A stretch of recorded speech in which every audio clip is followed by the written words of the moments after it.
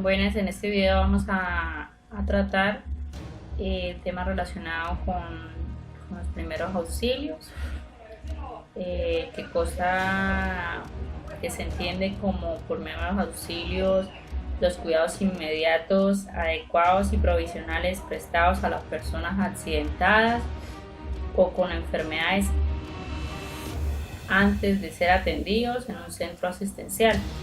Entonces, los objetivos principales de los primeros auxilios son conservar la vida, evitar complicaciones físicas y psicológicas, ayudar a la recuperación, asegurar el traslado de los accidentados a un centro asistencial. Para ello debemos cumplir unas normas generales para poder prestar los primeros auxilios. Ante un accidente que se requiere la atención de primeros auxilios, usted como auxiliador debe recordar las siguientes normas. Actúe si tiene seguridad de lo que va a hacer. Si duda, es preferible no hacer nada, porque es probablemente que el auxilio que preste no sea el adecuado y que contribuya a agravar al lesionado. Conservar la tranquilidad para actuar con serenidad y rapidez. Esto da confianza al lesionado y a sus acompañantes, además que contribuye a la ejecución correcta y oportuna de las técnicas y procedimientos necesarios para prestar un primer auxilio. De su actitud depende la vida de los heridos. Evite el pánico, hay que evitar el pánico. No se retire del lado de la víctima. Si está solo, solicite la ayuda necesaria, elementos, transportes, etc. Efectúe una revisión de la víctima para descubrir lesiones distintas a la que motivó la atención y que no pueden ser manifestaciones por a sus acompañantes. Por ejemplo, es una persona quemada que simultáneamente presenta fracturas a las cuales muchas veces no se les presta suficiente atención por ser más visible la quemadura. Entonces debemos tener cuidado, observar bien cómo está la víctima, cómo está a su alrededor, cuántas heridas presenta, de qué tipo son las lesiones, y evitar, sobre todo, evitar el pánico, dar esa seguridad, esa confianza a la víctima. Debemos valorar de forma general a la víctima. Entre ellos podemos tener en cuenta que sienta lo que es el pulso, si el pulso está débil o está ausente, si es débil, que no haya shock, elevar las piernas, cubrirlo, eliminar las causas que está obstruyendo el pulso. Si es ausente, puede ser un paro cardíaco. Se debe realizar un masaje cardíaco o maniobras de reanimación cardiorrespiratorio o cardiopulmonar. También se debe mirar si la víctima,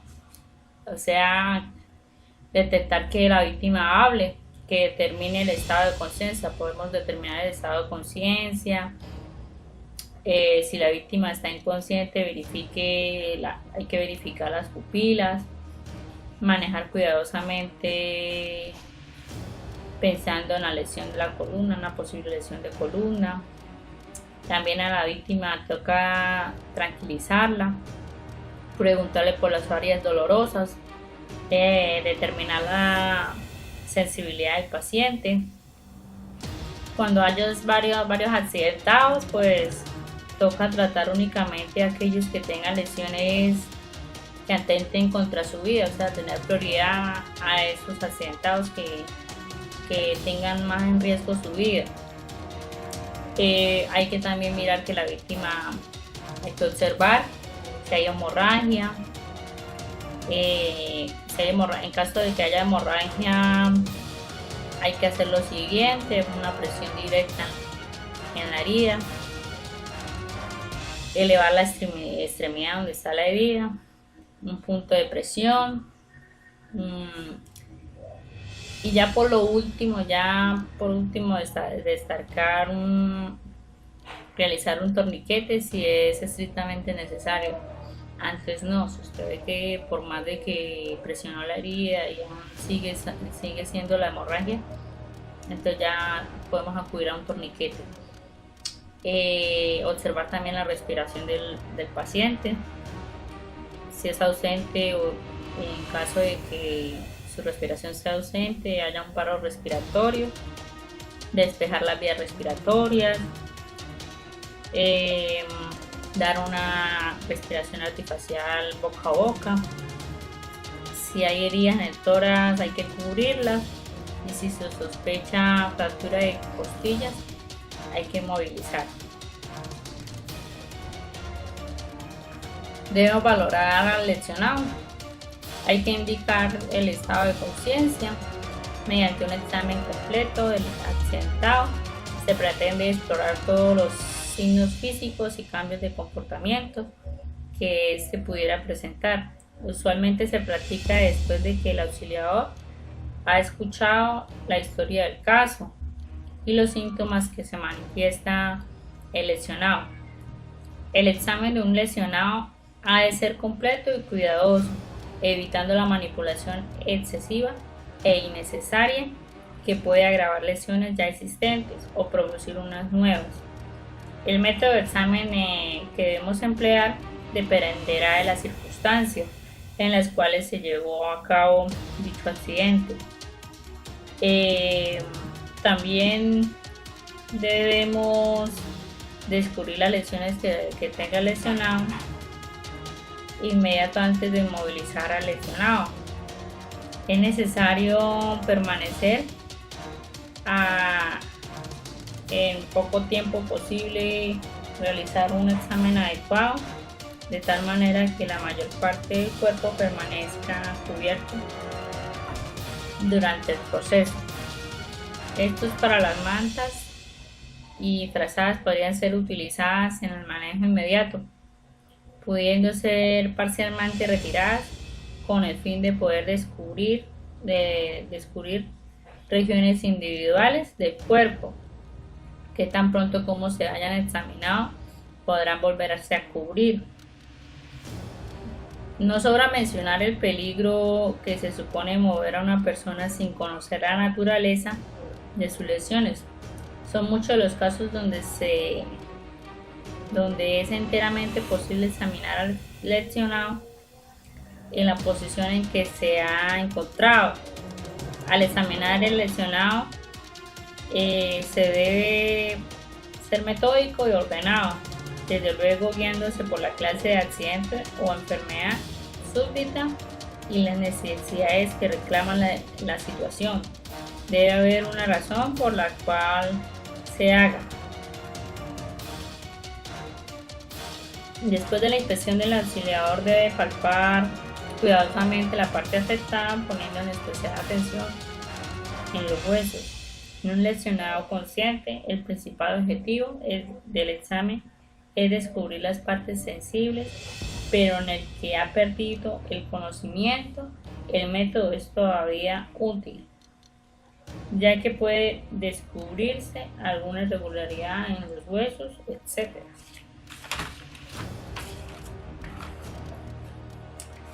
En ocasiones, en los primeros auxilios necesitamos reanimación cardiorrespiratoria, que es cuando el cuerpo requiere un suministro constante de oxígeno para poder sobrevivir.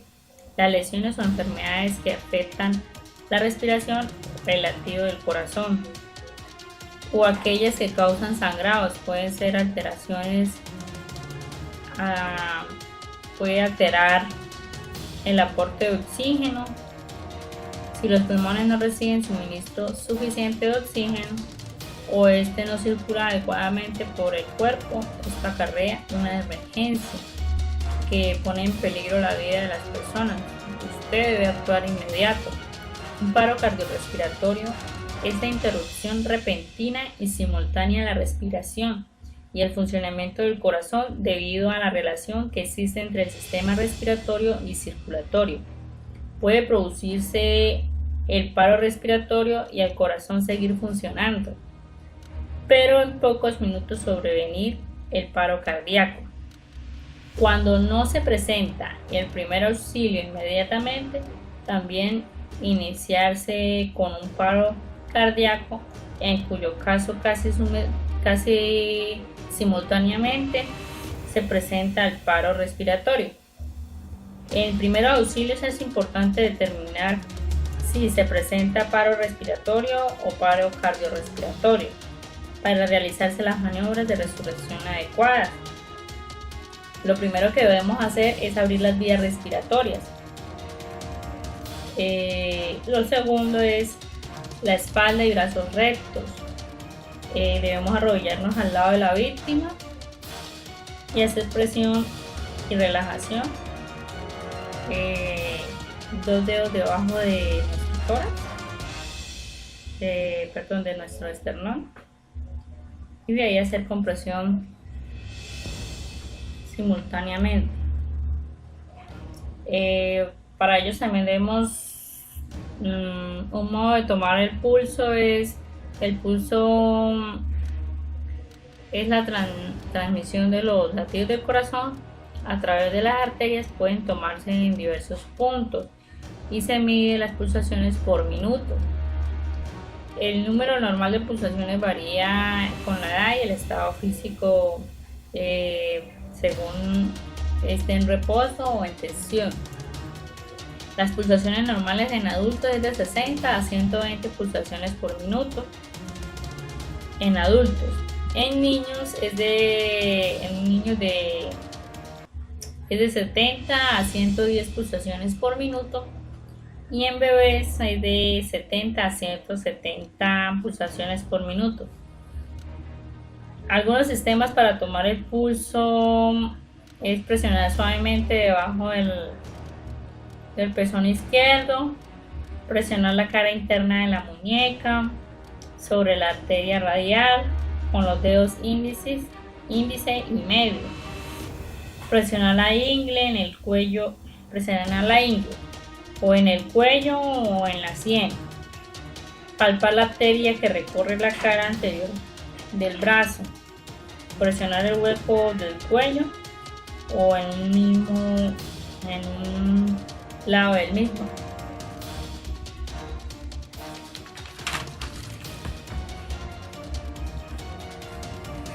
Debemos tener en cuenta lo que es la prevención, no dejar a los niños jugar con objetos como botones, semillas o monedas, no permitir que los niños jueguen cuando estén comiendo, no dar a los niños alimentos con cáscaras o huesos, evitar que los niños se duerman mientras están comiendo dulces o goma de mascar, no sostener en la boca elementos que puedan fácilmente ser tragados, masticar bien la comida antes de pasarla, dejar que los niños nunca se tomen, no dejar que los niños nunca se tomen los teteros solos, o el biberón, no fumar, evitar el sedentarismo, llevar los problemas calmadamente, expresar sus iras, preocupaciones o miedo, delegar responsabilidades, tomar descansos adecuados. Acá esto es muy importante, que llamamos las pausas activas en nuestro trabajo. Muchas veces suelen los accidentes ocurrir porque nuestro cuerpo se cansa de tanta presión y llega al punto de que no podemos más, y para ello debemos hacer eso, las pausas activas, los descansos adecuados, controlar nuestro peso, mantener una dieta balanceada, no hacer ejercicio cuando estemos en un estado de salud vulnerable, no hacer ejercicio después de comer abundantemente, realizar un control médico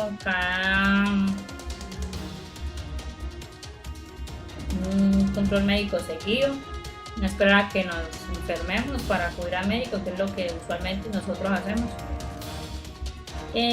No deje al alcance de los niños bolsas plásticas, no tapar la cara de los niños ni dejar a su alcance cobijas pesadas o almohadas grandes. Son unas recomendaciones como para prevenir los diferentes tipos de accidentes.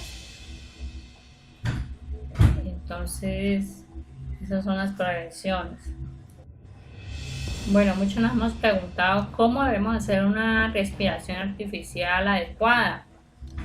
Entonces, la actuación previa, lo primero que debemos hacer es aflojar la ropa de la persona a la que se pretende reanimar.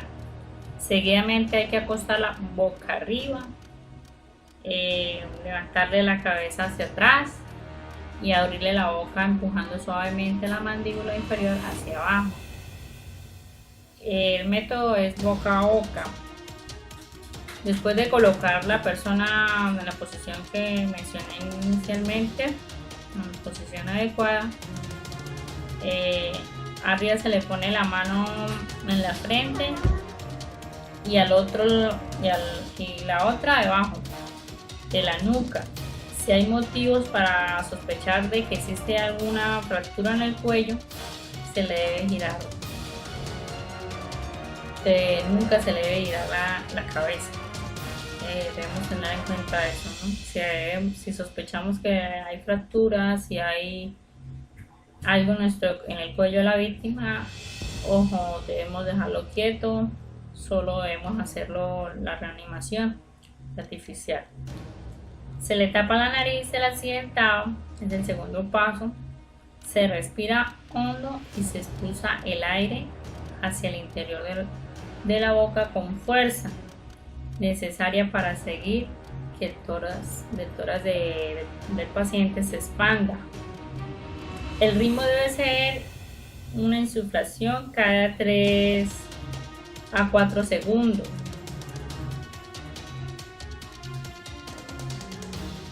Si el afectado es un niño, el ritmo deberá ser de 15 inflaciones por minuto, que debería hacerse a través de la boca y la nariz simultáneamente. Una vez reanimado, hay que poner al accidentado en la posición lateral de seguridad.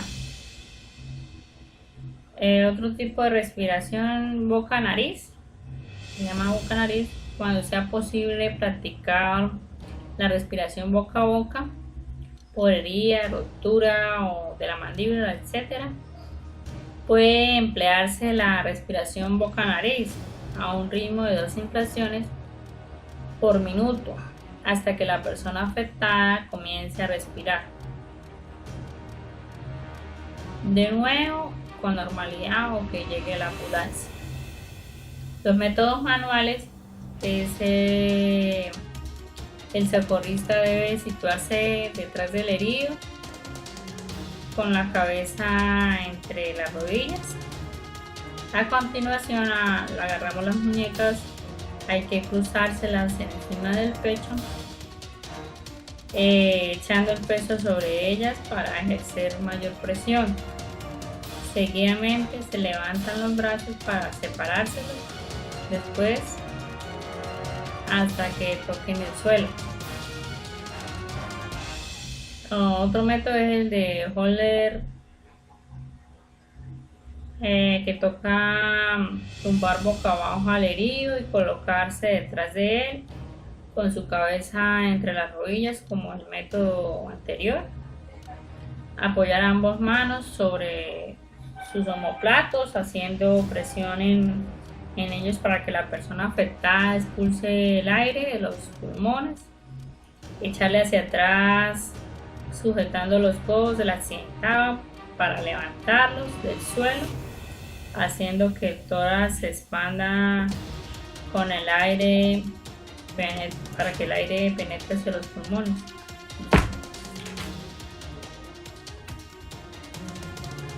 Otro método es el método de Schaefer, que es tumbar boca abajo a la persona afectada apoyándose sobre el costado de la cara, sobre el dorso de una mano. El otro brazo debe quedar extendido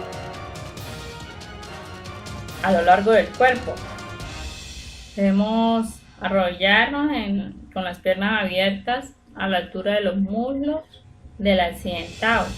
Apoyar las palmas de sus manos en la parte inferior del tórax del accidentado y con los brazos extendidos comprimir la caja torácica a un ritmo de unas 16 veces por minuto, manteniendo los pulgares paralelos a la columna vertebral y los demás dedos siguiendo la dirección de las costillas. En caso de que sean dos personas que estén que estén socorriendo al afectado, una de ellas debe ocuparse del masaje cardíaco, mientras la otra se hace cargo de la respiración artificial y de controlar el pulso. Se percibe el pulso de nuevo, pero sigue siendo problema de respiración. Hay que seguir aplicando la respiración artificial de boca a boca a un ritmo de 12 infusiones por minuto en el caso de que los adultos de los adultos y entre 15 a 20 en caso de que sean niños.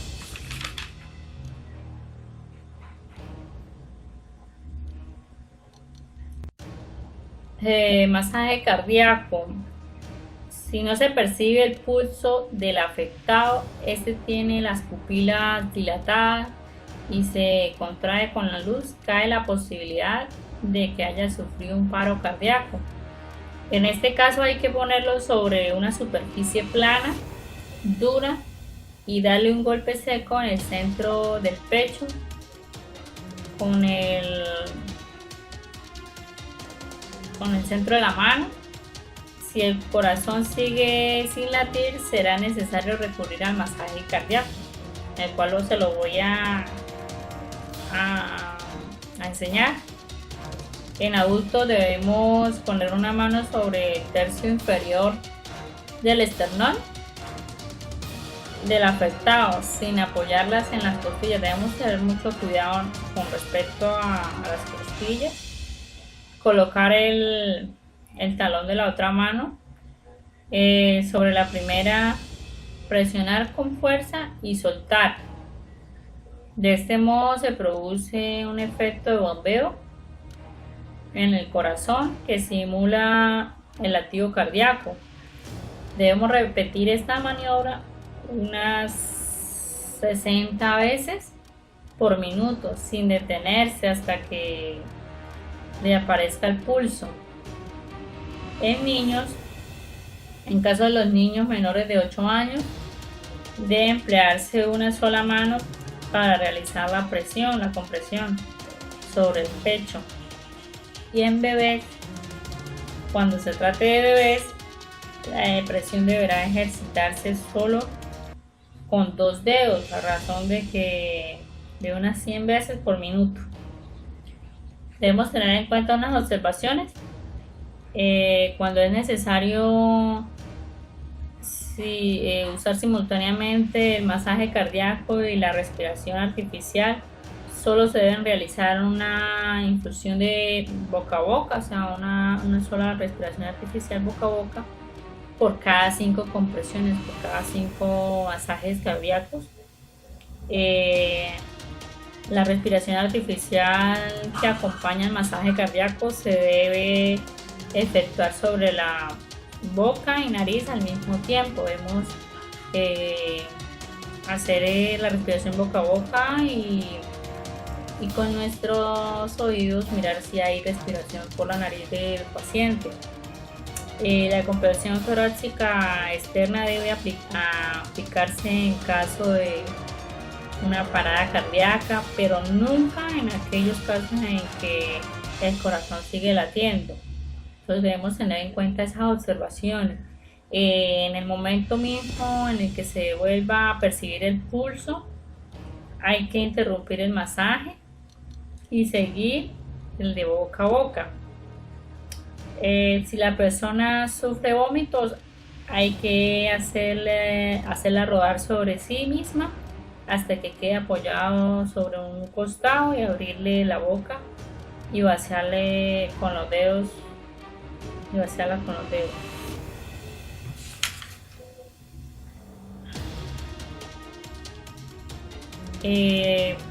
Hay una posición lateral de seguridad que también se conoce como posición defensa, posición de recuperación o posición de cúbito lateral estable. Solo se puede poner a un accidentado en esta posición después de comprobar que respira con normalidad. Esta posición tiene la virtud de que al quedarse la cabeza de lado y hacia atrás impide que el afectado se trague la lengua, es decir, evitar que se pueda bloquear las vías respiratorias superiores provocándole la asfixia. Además, como la cabeza queda más abajo, más baja que el cuerpo, los posibles vómitos y mucosidades pueden fluir libremente hacia el exterior. Debemos actuar si el afectado está boca arriba, se le flexiona la pierna más próxima a nosotros hasta que la rodilla forme un ángulo agudo. A continuación se le extiende el brazo del mismo lado, de modo de que la mano quede bajo la región glútea. Hecho esto, estiramos la otra mano de la víctima para que su cuerpo gire suavemente hacia nosotros. Cuando se encuentre en posición lateral, se le debe echar la cabeza un poco hacia atrás y se debe poner la mano libre bajo la mejilla con el fin de que mantenga la posición en la cabeza. Por último, se aleja ligeramente de la espalda la mano correspondiente al brazo que ha quedado debajo. Bueno amigos, es todo por hoy. Estos son los principios básicos de los primeros auxilios. Espero que les haya agradado este video y muchas gracias por su atención. Suscríbanse a nuestro canal. Nos vemos pronto. Hasta luego.